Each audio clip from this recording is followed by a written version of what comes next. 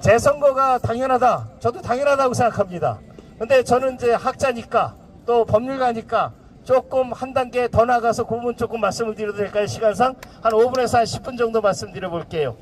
이게 이제 우리가 재선거한다 그러면 일반적으로 내 주권 침해했어, 선거권 침해했어, 투표권 침해했어, 50% 투표용지밖에 인쇄 안 했지, 내가 만일에 51번째 50%번째 플러스 첫 번째 사람이 됐어, 나 투표하러 갔는데 투표용지도 없어. 이런 나쁜 놈들 뭐예요? 내 선거권 투표권을 침해한 거잖아요. 그렇죠? 너희들이 무슨 권한으로다가 50%가 올지 60%가 올지 70%가 올지 니네 먼저로 결정하는 거야. 언제 내가 그런 식으로 공권력 행사하라고 그랬어? 내가 언제 선거 관리를 그따위로 하라고 그랬냐고. 주권자 입장에선 당연히 요구할 수 있는 거예요. 그런 의미에서 볼 때 투표용지 50%밖에 인쇄 안 한 거는 무조건 공직선거법 위반입니다. 왜 위반이냐? 내가 직접 투표해야 되는데 직접 투표하려면 뭐가 필요해요? 투표용지가 필요하잖아요. 이 투표용지가 필요한데 투표용지를 인쇄 안 했다, 준비 안 했다는 것만으로라도 이미 저의 직접 선거권, 직접 투표권을 침해하는 거예요. 정면으로 침해하고 있다. 이런 의미에서 이 부분은 오 대표님께서 말씀하신 거예요. 근데 이제 우리 공직선거법에 보면은 뭐가 있냐면은요, 선거하다 보면은 뭐 이상하게 위법한 행동이 있을 수가 있어요. 그래가지고 투표를 못하는 사람들이 있을 수 있단 말이에요. 그러면은 투표 못한 사람이 전체가 우리가 이제 유권자가 여기 송파구만 하더라도 한 56만 명 되는데 투표 못한 사람이 한 10명쯤 돼요. 그런데 10명쯤이 투표를 못했다. 물론 선관위 행정을 잘못한 건 맞아요. 근데 재선거를 다 통째로 해야 되나요? 그러면은 나머지 열심히 나와서 투표하셨던 분 36만 명, 한 40만 명의 표가 다시 투표해야 된다. 몇 사람 때문에. 이거는 좀 이상하잖아요. 그러니까 우리가 공직선거법에 무슨 조항을 두느냐, 위법한 사항이 있는데 그거 플러스해서 뭐냐, 당락에 영향이 있을 만큼 위법한 사항이 좀 양이 많아야 된다라는 거를 우리가 재선거의 요건으로 써놓고 있는 겁니다. 재선거 요건으로. 그래야지 우리가 재선거하면서 들어가는 비용을 아낄 수 있잖아요. 자, 그러면은 지금 우리가 말할 때 우리의 그 50% 투표용지 모자라는 게 그러면은 재선거의 요건이 되느냐? 라고 하는 게 이 질문이 이제 다시 말해서 결과, 당락에 영향이 있느냐를 갖다가 확인하는 기준을 넘어섰느냐? 이게 이제 두 번째 요건 사항이 되고 그거에 대해서 질문이 생기는 거예요. 질문이 생기고 그러면은 이걸 판단할 때 사람들이 여러 가지 기준을 설정해 볼 수가 있어요. 아무튼 확실하게 설정해 볼 수 있는 첫 번째 생각이 뭐냐 하면은 첫 번째 생각이 뭐냐면 우리 송파구에서 몇 사람이 투표를 못했냐면 결과적으로 밝혀진 사람은 17명인가가 투표를 못한 거예요. 그렇죠? 그러면은 선관위가 얘기하는 게 그거예요. 거봐, 우리가 50%밖에 투표용지 인쇄 안 했어도 결국 투표 못한 사람은 17명밖에 안 돼. 자, 17명이 다 딴 당을 선택해가지고 투표한들 당선이 바뀌냐? 안 바뀌잖아. 그러니까 결과에 영향이 없잖아.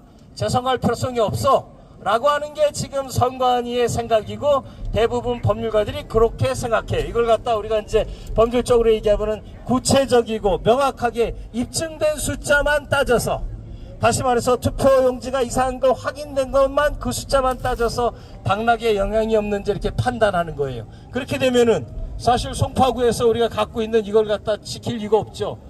11명밖에 안 되니까. 뭐 그러면은 뭐가 되느냐라고 하는 거란 말이에요.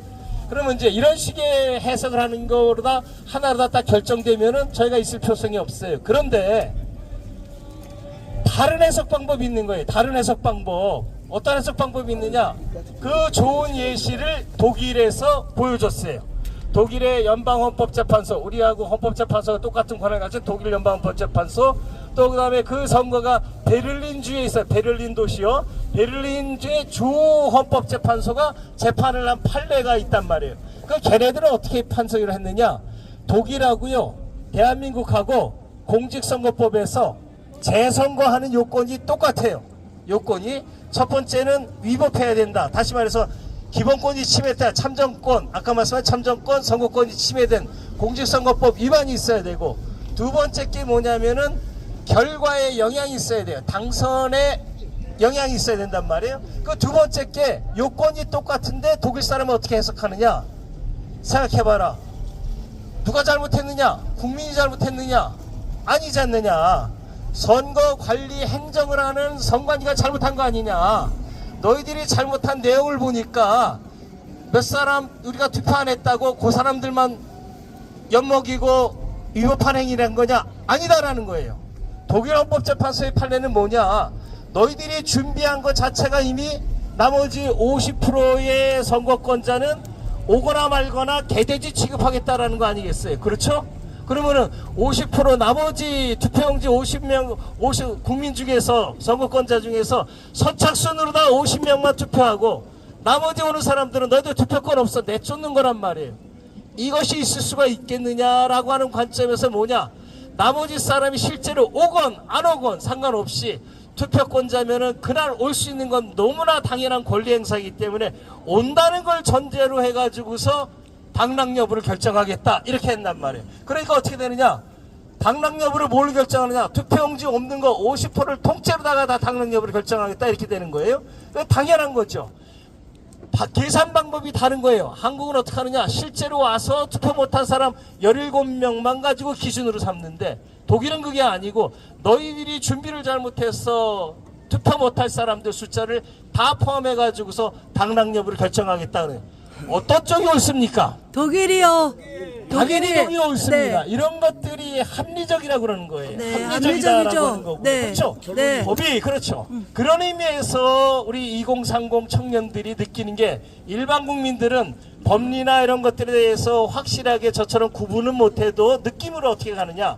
이상하잖아. 정의롭지 않잖아. 내 선거권 침해당했는데 이건 참을 수가 없잖아. 이 느낌을 다 가지시는 거란 말이에요. 그거를 법률가들이 그 느낌을 법 이론적으로 설명하는 게 법률가거든요. 그러니까 제가 말씀드린 게 뭐냐? 대한민국은 이런 식으로 설명하는데 독일은 이런 식으로 설명하더라라는 걸 제가 이렇게 말씀드리면서 왜 우리는 그렇게 합리적으로 설명 못하는 거야? 대한민국에 있는 법률가들은 다 어디 갔어? 어디 이런 갔어? 거를 국민들이 요구하는 거죠. 왜냐? 맞습니다. 예, 맞죠, 그렇죠. 맞죠. 이게 왜냐? 대한민국의 주권자가 바라는 건 뭐예요? 국가 공무원들이 국민을 위해서 일해주길 바라는 거 아니겠어요? 그렇죠? 맞습니다. 국민들이 잘 모르지만 느낌상으로 정의감이 있단 말이에요. 그 정의감 그대로 국가 권력을 행사해주길 바라는데 그걸 안 하고 지금 쭈삣 올공에서 그냥 비나 내려가지고 여기서 그냥 잠자고 끝냈으면 바라겠다 이런 거 기다리고 있단 말이에요. 그러나 제가 볼 때 대한민국 국민이 그 정도로 주저앉을 국민이 아니다라고 저는 생각하고 맞습니다. 있고요. 그래서 맞습니다. 여러분들은 이길 겁니다. 이길 겁니다. 끝까지 가시기 바라고요. 저 역시 또 마찬가지로 제가 이제 우리 올공 2030 청년들을 위해서 도와드릴 수 있는 게 뭐냐? 이런 식으로다가 외국의 판례는 어떻게 되는데 외국의 법률은 어떻게 되는데 이런 것들을 도와주기 위해서 나름대로 열심히 노력하려고 하고 있습니다. 아무튼 같이 힘을 내서 서로 도와가면서 우리가 대한민국이 더 발전하기를 간절히 바랍니다. 바랍니다. 감사합니다.